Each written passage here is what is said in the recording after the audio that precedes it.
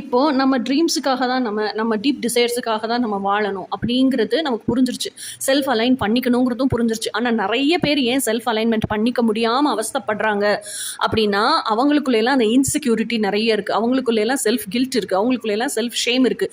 இன்றைக்கி ஷார்ட்ஸில் நம்ம என்ன பார்க்க போகிறோம்னா, ஏன் இந்த செல்ஃப் கில்ட்டு, ஏன் இவ்வளோ இன்செக்யூரிட்டிலே இருக்காங்க அப்படிங்கிறது தான் பார்க்க போகிறோம். ஏன்னா இந்த செல்ஃப் ஒர்த்தினஸ் இல்லைன்னு நினைக்கிறாங்க. ஐ எம் நாட் டிசர்விங் அப்படின்னு நினைக்கிறாங்க.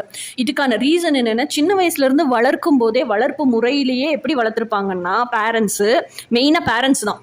பேரண்ட்ஸ் எப்படி வளர்த்துருப்பாங்க அப்படின்னா, அதாவது இதெல்லாம் நம்மளால முடியாது, இதெல்லாம் நமக்கு ஆகாது, இதெல்லாம் நம்ம குடும்ப பழக்கம் கிடையாது.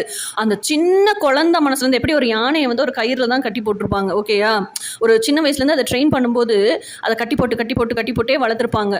அதுக்கப்புறம் அது பெருசானதுக்கப்புறமும் யானை ஸ்ட்ரென்த் ஆயிரும்ல, அந்த சங்கிலியை கலட்டி அதை சின்ன கயிறு ஆக்கியிருப்பாங்க. அது கயிறை கட்டினதுக்கப்புறமும் இதை அத்துக்கிட்டு ஓட முடியாது அப்படின்னு அதை நம்பிக்கிட்டே இருக்குமோ, அந்த மாதிரி நீங்கள் சின்ன குழந்தையிலேருந்து அப்படியே வளர்க்கப்பட்டதுனாலே இப்போ பெருசானதுக்கப்புறமும் இதெல்லாம் எனக்கு கிடையாது. மெட்டீரியலிஸ்டிக்காக ஒரு பர்சன் நீங்க சக்சஸ்ஃபுல்லா இருந்தீங்கன்னா கூட எமோஷனல் ஃபுல்ஃபில்மெண்ட் இல்லாமையே இருக்கிறீங்க, இந்த இன்செக்யூரிட்டி இருக்கிறதுனால.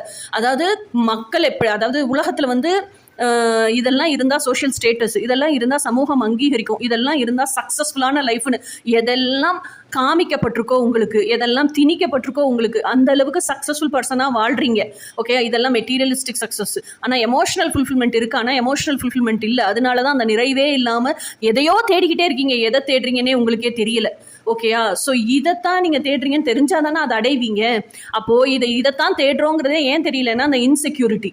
என்ன இன்செக்யூரிட்டினா, சின்ன வயசுலேருந்தே உங்களை எப்படி வளர்த்துருக்காங்கன்னா, அதை தான் சொல்கிறேன். சின்ன வயசுலேருந்தே அழுகக்கூடாது, மற்றவங்க முன்னாடி அழுதா வீக்னஸ், நம்ம எமோஷன்ஸை வெளியே காமிச்சிக்க கூடாது, நம்மளை வீக்காக நினச்சிருவாங்க, நம்ம காசு பணம் இல்லாதவங்கன்னு நினச்சிடக்கூடாது, கஞ்சி குடித்தாலும் வெளியே போய் பிரியாணி சாப்பிட்ட மாதிரி காமிச்சிக்கணும். அப்போ இது எல்லாமே என்ன சொல்லி கொடுக்குது உங்களுக்கு அப்படின்னு சொன்னால், இதெல்லாமே அப்பா நான் ஒர்த்தி இன்னும் ஃபில்ல போல் இருக்கு, சமூகத்தில் இருக்க மற்றவங்க எல்லாம் ஒர்த்தியாக இருக்காங்க, நான் வேஸ்ட் பீஸ் போல் இருக்கு, நான் டம்மி பீஸ் போல் இருக்கு.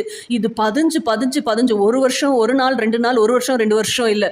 இன்னைக்கு நீங்கள் 36 வயசுலையோ 26 வயசுலையோ 28 வயசுலையோ இந்த ஷார்ட்ஸை பார்த்துட்டு இருக்கீங்கன்னா, இத்தனை வருஷமாக பதிஞ்சு அதை நீங்கள் உங்களுக்குள்ள உள்வாங்கி உங்கள் மைண்ட் செட்டே அப்படி ஆகிப்போச்சு. அதனால தான் I am not worthy enough, அந்த செல்ஃப் ஒர்த்தே உங்களுக்கு இல்லை. அதனால தான் I am not deserving candidate அப்படின்னு நினைக்கிறீங்க. அதனால தான் I am not eligible enough அப்படின்னு நினைக்கிறீங்க. நான் இதுக்கு தகுதியானவள் இல்லை போல் இருக்கு, இந்த அன்கண்டிஷனல் லவ்வெல்லாம் நமக்கு இல்லை போல் இருக்கு, இந்த ட்வின் ஃப்ளேம் கான்செப்ட் எல்லாம் நமக்கு இல்லை போல் இருக்கு, இதுக்கெல்லாம் இந்த சோஷியல் கண்டிஷனிங்காக உடைக்கிற அளவுக்கு தைரியம் வேணும் இல்லை, அவங்களுக்கு மட்டும்தான் ட்வின் ஃப்ளேம் கான்செப்ட் போல் இருக்கு, நம்ம இதுக்குள்ளேயே தான் இருந்து வளர்ந்தாகணும், வேற ஆப்ஷனே இல்லை, நமக்கு விதிக்கப்பட்டது இதுதான் அப்படின்னு எல்லாம் நீங்கள் ஏன் நினைக்கிறீங்கன்னா அப்படியே வளர்ந்துருக்கீங்க. இன்னைக்கு வரைக்கும் மாற்றிக்காம உங்களை அப்படியே வச்சு